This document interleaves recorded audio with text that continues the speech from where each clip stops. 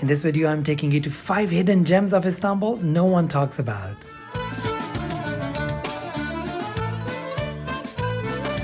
Everything is just spectacular in this city.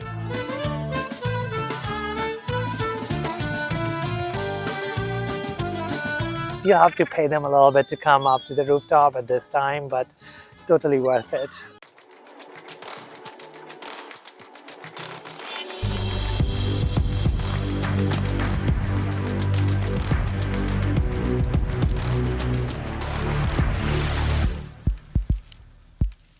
Welcome to Istanbul, the city that has been known through many names: Byzantium, Constantinople, and the modern day Istanbul. It has been the capital of many empires, although it's not the capital of Turkey, that's Ankara. I wanted to show you some of the favorite things that I really like here that are not on the main tourist map. Evidently, there's a lot to see and do here. There are more than 3,000 mosques, so you're forgiven for missing quite a few steps. I mean, you could spend months here and not be able to see most of the stuff. There are palaces, there are fortresses, there's rivers. Everything is just spectacular in this city, and there's obviously a lot of great food too. So these are my 5 favorite hidden gems in Istanbul.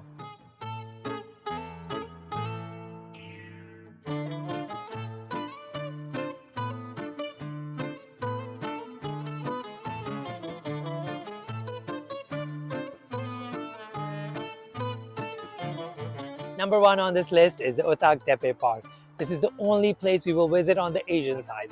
I'm pretty sure you know already, but Istanbul is located, half of it is in Asia, half of it is in Europe, and Istanbul is actually the largest city both in Middle East and Europe. Now it's a great place to come have the view of the European side of the city and this beautiful bridge. Not to mention it's a beautiful park and you get great spots for just relaxing if you want, because Istanbul is a pretty busy city and the rest of the places we'll visit, you won't get anything like this. So let's start seeing this beautiful park.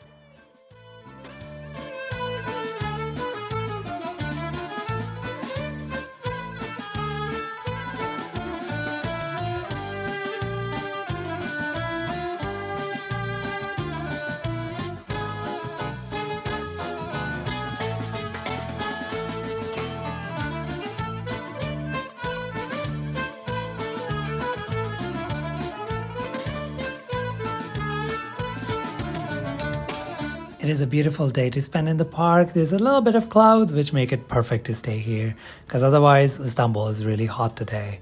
So the park is located on the Otagtepe hill and it has beautiful panoramic views of Bosphorus Strait, and the bridge you see is Sultan Mehmet Fateh Bridge.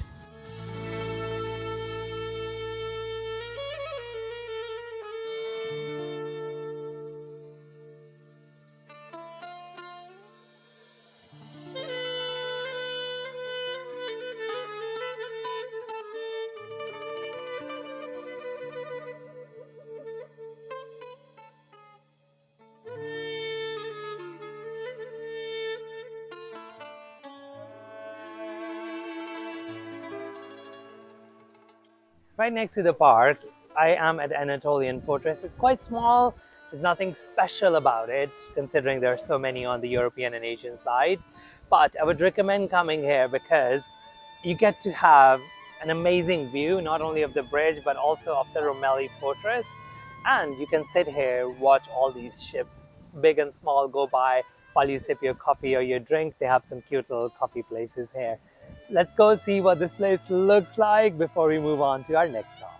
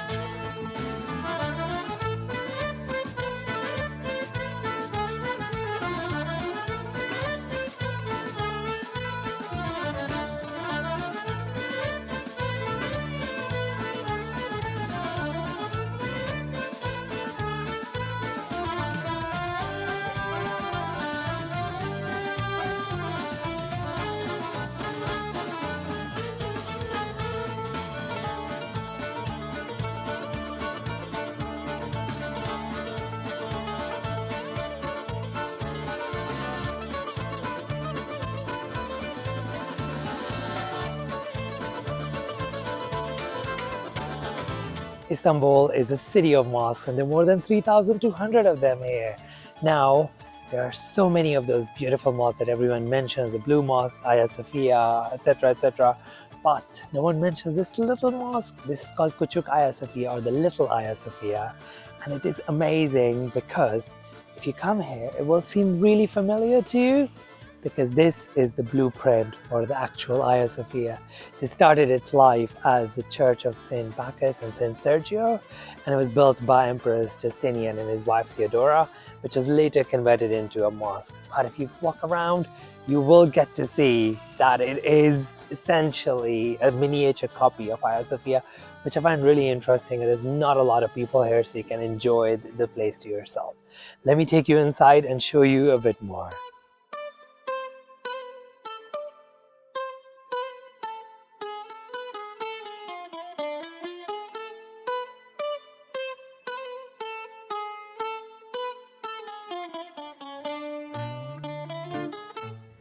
It is a functioning mosque, so you have to be respectful, especially when it comes to clothing. I would recommend going early in the morning so there's no one around, so you can enjoy this beautiful merger of a church and a mosque. And yes, obviously, to play with a lot of these Istanbul cats around.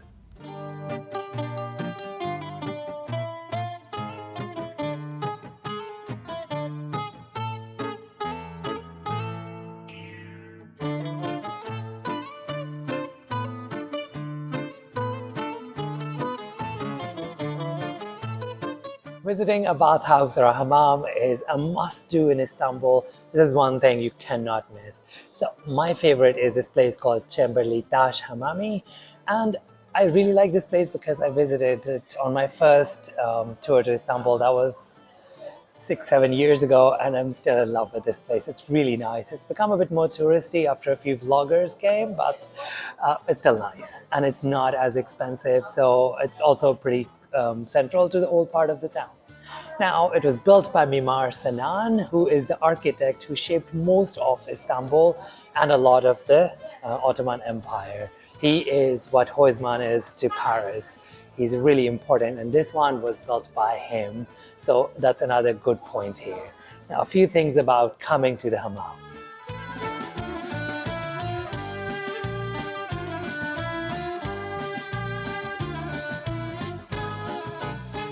I got myself the scrub and the soapy thing to just relax. I don't need a massage today, and that's roughly around 40 euros for that. There's no entrance or exit time or how much time you can actually spend in there, so it's entirely up to you. Women and men's sections are completely separate. There's nothing co here, and you can't have like the whole couples experience here. You can bring your kids here. They have no problem with that.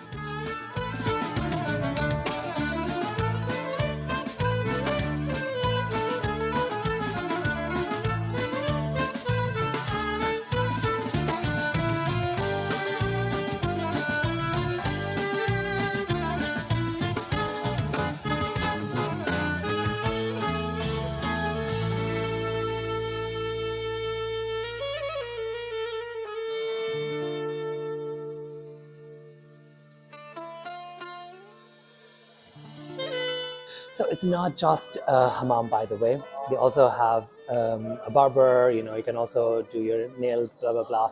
Everything here, because that's how it used to be. That's the entire purpose of a hammam. It's not just a sauna or a steam room. This is a social vehicle. Through entire socialization happened back in the day. Women would come, they would choose their daughter-in-laws. Men would come, make really important personal or official decisions here. Think of Davos for Switzerland or Checkers for UK, and then that's the scale we are talking about. One more thing I would definitely recommend is I really like this place because they actually go with like really hard on that massage, and that's exactly what you want.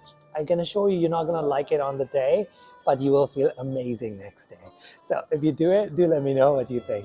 Let's go to the next one.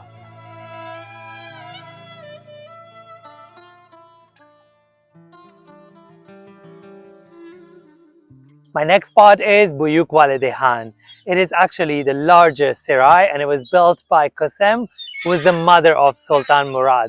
Now, you might hear a lot about the sultans, but a lot of the power actually laid in the hands of their mothers. So you see the Blue Mosque, that was actually built by Sultan's mother as well. A lot of the buildings were commissioned by Sultan's mothers.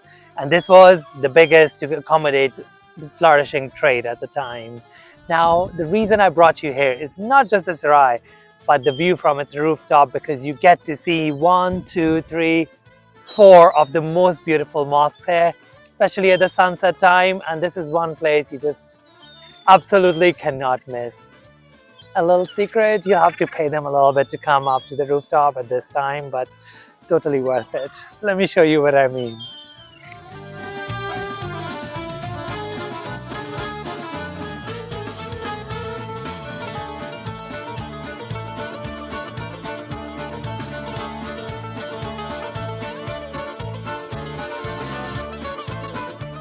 My fifth and final recommendation for you guys is to come visit Şerefiye Cistern, or Theodosius' cistern. It was built 1600 years ago during the reign of Theodosius II. And Istanbul has always needed water sources, like reservoirs, because the sources are not that many and the populations have always been great. So this was built as one of them.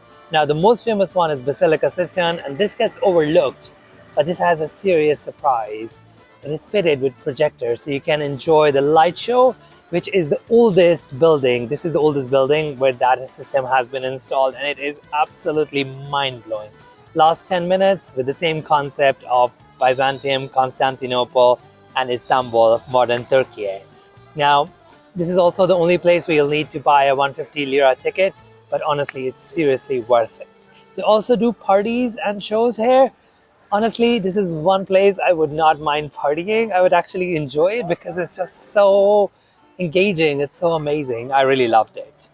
I'll let you get it in the show. Enjoy it, and do let me know what you think of these 5 beautiful things about Istanbul.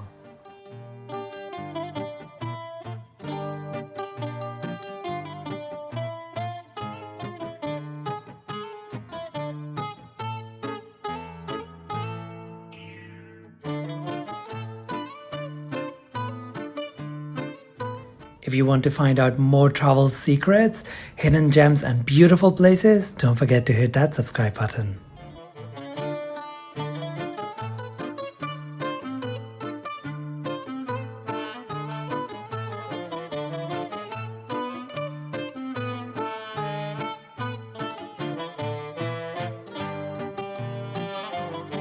So I'm gonna take my leave.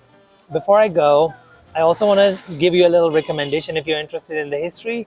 Simon Sebag Montefiore is a writer, a British writer, who has made a 3-part documentary on BBC, which tells you the story of Byzantium, Constantinople, and Istanbul, and I promise you, you will really enjoy it. This is Brown Boy Travels. I really hope you liked this video. If you did, please do like, subscribe, and share. And do let me know in comments if you have any questions. You can also reach me on Instagram. I will see you in another beautiful destination in another video. Until then, you have a wonderful day ahead. Bye!